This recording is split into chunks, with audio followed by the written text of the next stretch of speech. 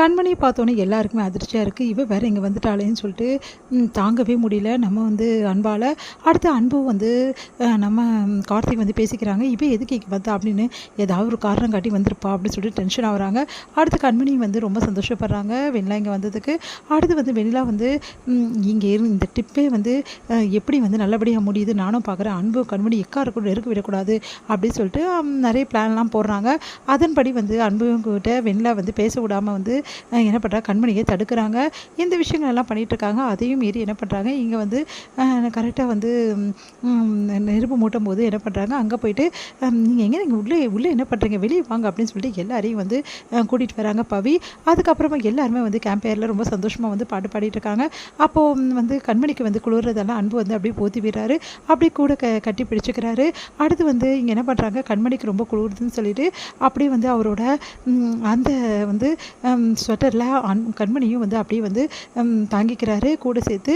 அதுக்கப்புறம் ரெண்டு பேரும் ஒரே ஸ்வெட்டரில் இருக்கிறத பார்த்துட்டு இது எல்லாத்தையும் பார்த்து செமையாக டென்ஷன் ஆகிறாங்க வெண்ணிலாவால் தாங்கிக்கவே முடியல. அடுத்து கண்மணி ரொம்ப படபடன்னு ரொம்ப சந்தோஷமாக ஓடி வராங்க. அதை பார்த்துட்டு என்னாச்சு கண்மணி இப்படி ஒரு சந்தோஷமாக இருக்க அப்படின்னு சொல்லிட்டு வெண்ணிலா கேட்குறாங்க. அது எனக்கு வெக்கமாக இருக்குது, எப்படி சொல்கிறதுனே தெரியல வெண்ணிலா அப்படின்னு. வெக்கமாக இருக்கா, அப்படி என்ன நடந்துச்சு அப்படின்னு செமையாக டென்ஷன் ஆகிறாங்க. உங்களுக்குள்ள ரொம்ப பெரிய ரொமான்ஸ் ஒன்று நடந்துருச்சு வெண்ணிலா, அதை எனக்கு சொல்லவே முடியல, எனக்கு ரொம்ப வெக்கமாக இருக்குது. நீ என் ஃப்ரெண்டு, நான் எப்படி சொல்கிறது, என் ஃப்ரெண்டு கிட்ட தாண்டி எல்லாத்தையும் சொல்லணும், என்ன விஷயம் சொல்லு அப்படின்னோடனே, இது வரைக்கும் உனக்கே தெரியும்ல அன்புக்கும் எனக்கும் இடைவெளி கொஞ்சம் இருக்குது, அதுவும் இந்த ரொமான்ஸ் விஷயத்தில் அப்படின்னோடனே, ஆமாம் நீங்கள் ரெண்டு பேரும் ஒன்றும் வாழவே ஆரம்பிக்கலையே, அதுதான் இல்லை, அப்போது ரெண்டு பேரும் வாழ்ந்துட்டீங்களா அப்படின்னோடனே, அதுவும் இல்லை, அப்போ என்னடி அப்படின்றாங்க. அது அன்பு என்ன ஒன்று அன்பு அப்படின்றாங்க. இருக்க அணைச்சிக்கு கிஸ் பண்ணிட்டாருடி அப்படின்னோடனே அப்படியே வெக்கப்பட்டு முகத்தை கை வைக்கிறாங்க. அதை கேட்டு வெண்ணிலாவால் தாங்கிக்க முடியல. என்னடி சொல்கிற, ஆமாடி இப்போ எனக்கு நல்லா தெரிஞ்சு போச்சுடி, சீக்கிரமாகவே நானும் அன்பும் வாழ ஆரம்பிச்சிடுவோம், எனக்கு அந்த நம்பிக்கை ரொம்ப வந்துடுச்சு, இப்போ என்னால் சந்தோஷம் தாங்கவே முடியல, நான் இதை பற்றி யார்கிட்ட சொல்கிறது, நீயே சொல்லு, என்னால் வெக்கம் தாங்கலை அப்படின்னு சொல்லிட்டு முகத்தை முடிக்கிறாங்க. நிஜமாக தான் சொல்கிறியாடி இல்லை உனக்கு கனவாடி அப்படின்னு. நான் ஏன்டி கனவெல்லாம் சொல்ல போகிறேன், நிஜமாக தாண்டி அன்பு என்னை ஹக் பண்ணாரா, அப்படியே இந்த குளிருக்கு அதுக்கும் அப்படியே கிஸ் பண்ணிட்டாருடி அப்படின்னோடனே அப்படியே தாங்கவே முடியல, என்னால் இதுக்கு மேலே எதுவும் கேட்காத வெண்ணிலா அப்படின்னு சொல்லிட்டு போயிடுறாங்க. அதை கேட்டதுலேருந்து வெண்ணிலாவுக்கு செம்ம கடுப்பாக இருக்குது.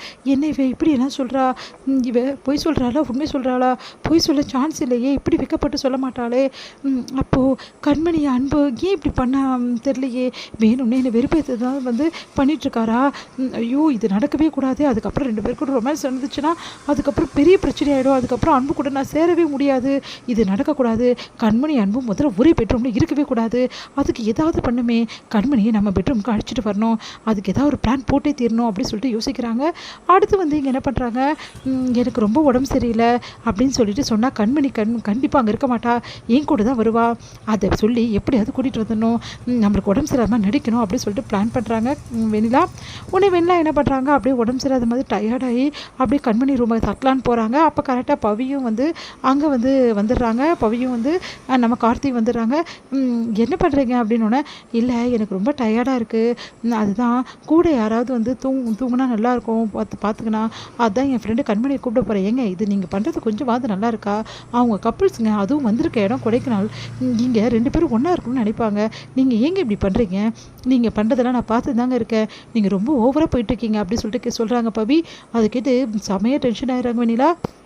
இப்போ நான் என்ன பண்ணிட்டேன், எனக்கு உடம்பு சரியில்லை, அதனால தான் கண்மணியை கூப்பிட போகிறேன், உடம்பு சரியில்லைன்னா அதுக்காக எதுக்கு வந்தீங்க, உங்களை என்ன வர சொன்னாங்களா யாராவது, நீங்கள் தேவையில்லாமல் இங்கே ரெண்டு பேருக்கு பிரச்சனை கொடுத்துட்ருக்கீங்க, முதல்ல போய் ரூமில் போய் படுங்க, அப்படி இல்லையோ ஹாஸ்பிட்டலுக்கு போங்க, அதை விட்டுட்டு தேவையில்லாமல் அவங்கள டிஸ்டர்ப் பண்ணாதீங்க, இதெல்லாம் நல்லாவே இல்லை, நல்லா சொல்லு பவி, அப்போவாவது சில ஜென்மங்களுக்கு உரைக்க தான் பார்ப்போம் அப்படின்னு சொல்லிட்டுருக்காரு நம்ம கார்த்தி. அதெல்லாம் கேட்டு செம்மையாக டென்ஷன் ஆகி, இப்போ உங்களுக்கு என்னங்க பிரச்சனை, உங்களையா கூப்பிட்டேன், என் ஃப்ரெண்டு தானே கூப்பிட்டேன் அப்படின்னோடனே, இங்கே பாருங்கள் நீங்கள் பண்ணுறது ரொம்ப பெரிய தப்பு, இங்கே முதல்ல கிளம்புங்க அப்படின்றாங்க.